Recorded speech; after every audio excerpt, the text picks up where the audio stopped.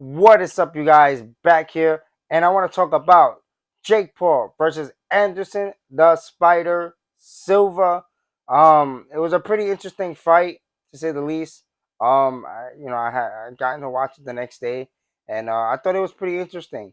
So before I get started, though, make sure to please hit the subscribe, ring that bell. Really would appreciate it. And let's dive right into it. Jake Paul, and I want to say this in the beginning. I respect the work ethic that he puts in and the promotion that he puts in. I still feel like, you know, for me personally, I want him to fight somebody his age and that's a pretty decent boxer in their own right. I feel like that would be the more evenest fight, and I will give Jake Paul the even more respect that he deserves when it comes to him being in the ring. Because I do give him respect, not like I don't. I really do. He took on Anderson Silva this weekend, and Anderson Silva, obviously, if you don't watch the UFC, but if you do, you already know that he's one of the greatest UFC middleweight champions in the world. One of the best strikers in the UFC at his time back then. Obviously Silva, 47 years old. Definitely getting older, and he looked good. I can say the least. I really thought the fight was gonna go a little differently, but he looked good. Um, Jake looked good as well. I like the combinations. I like the body shots that Jake was throwing from here and there. Jake definitely controlled the first round. Fill out round for Anderson Silva to see what Jake was going to throw at him. The commentator on the other hand, a little biased, but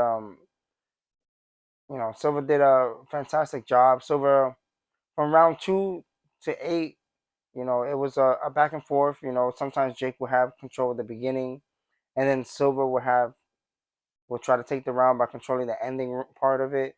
Um, and then Jake Paul, Silva will have the beginning, and then Jake will come out in the middle, and then Silva will try to finish strong. So it was definitely a back and forth fight. I like the jabs, and I feel like both of them need to throw a lot more jabs, especially Silva to me because he's the one that's been striking for years. I feel like personally, like if he would have threw more jabs, especially when towards the later rounds when Jake started to slow down a little bit, but so did Silva. But Jake started to move around on his bike a little. I feel like some jabs and set up that big shot that way. For Paul, the same thing. When he threw that a jab in the eighth round, he threw a jab and then a overhand over the top and caught Silva in the eighth. That was beautiful. Why? And he landed not flush, but it landed enough to drop him. Why? Because he set it up with a jab, man. And I feel like that was the most important thing. I feel like both guys needed to do was throw a lot of jabs. Try to set up their big power shots. But it was good, man. I like the body work from Anderson Silva. He tried a little bit of that, little head hunting, but he tried to get him to the body. The fight to me was a back and forth fight. You know, I feel like if it wasn't for the drop, but then, like, after hearing the judges score as well, they would have gave it a point anyways. But the fight was definitely a lot closer than what the judges had it. Especially for me, I feel like the judges didn't have the fight as close as I thought. Jake definitely got the eighth round for dropping Silva. There's no doubt about it. But I feel like the fight, though, in itself was a back and forth fight between both guys. And yeah, man, I hope for Jake Paul in his next fight, he fights somebody, his age and knows as much as he does when it comes to boxing. I like those type of fights for him. And you know, I think he called out Nate Diaz and Canelo. I mean, Nate Diaz, of course, Jake opens as a favorite. Nobody has put Nate Diaz out yet. When it comes to Diaz can get rocked 1,000 times and get back up.